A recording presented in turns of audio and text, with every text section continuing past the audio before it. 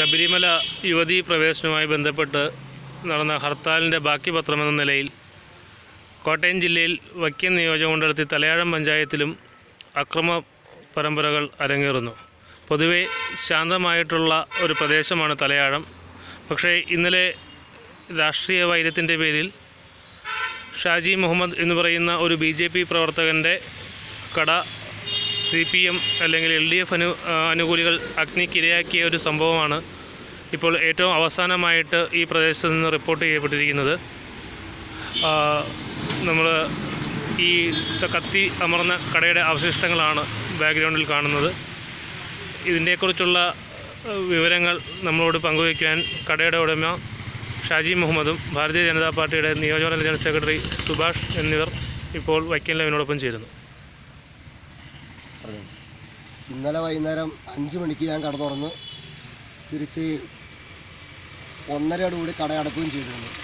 ഈ സമയത്തൊന്നും പ്രത്യേകിച്ചൊരു വിഷയങ്ങളൊന്നും ഉണ്ടോ ഉള്ളതായിട്ട് എനിക്കറിയാൻ മേല. 3:25 ആയപ്പോൾ എനിക്ക് ഫോൺ കോൾ വന്നു. കട കത്തിക്കൊണ്ടിരിക്കുകയാണ്, എത്ര വേഗം വന്നുവെന്ന് പറഞ്ഞു. അപ്പോൾ ഞാനും എൻ്റെ സഹോദരനും ബൈക്കിലൂടെ വന്ന് നോക്കുമ്പോൾ നല്ല രീതിയിൽ തീ കത്തിക്കൊണ്ടിരിക്കുക.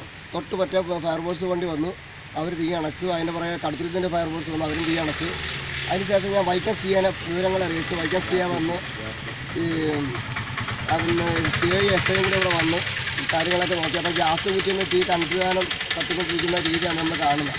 പ്രത്യേകിച്ച് അപകടങ്ങളൊന്നും ഉണ്ടായിരുന്നെങ്കിൽ തന്നെയും കടയുടെ മൊത്തം സാധനങ്ങളും എല്ലാ സാധനങ്ങളും കത്തി നശിച്ചിരിക്കുകയാണ്. ഇതൊരു രാഷ്ട്രീയ വൈരാഗ്യം ആണെന്ന് എനിക്ക് തോന്നുന്നു. എന്ന് വെച്ചാൽ ഞാനൊരു മുസ്ലിം സമുദായത്തിൽപ്പെട്ട ആളാണെങ്കിലും ഞാൻ അയ്യപ്പൻ്റെ ഒരു സേവനം കൂടിയാണ്. കാരണം ഞാൻ ശബരിമലയ്ക്ക് പോയിട്ടുള്ള ആളാണ്.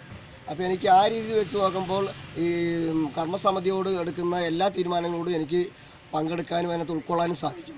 അപ്പോൾ അങ്ങനെ വരുമ്പോൾ രാഷ്ട്രീയപരമായിട്ട് വരുമ്പോൾ അത് കുറച്ച് ആൾക്കാർ നമ്മൾ ആ രീതിയിൽ ഒരു രാഷ്ട്രീയപരമായിട്ടുള്ള വൈരുദ്ധ്യം അതിനകത്ത് കാണിക്കുന്നതായിട്ട് എനിക്ക് തോന്നുന്നുണ്ട്.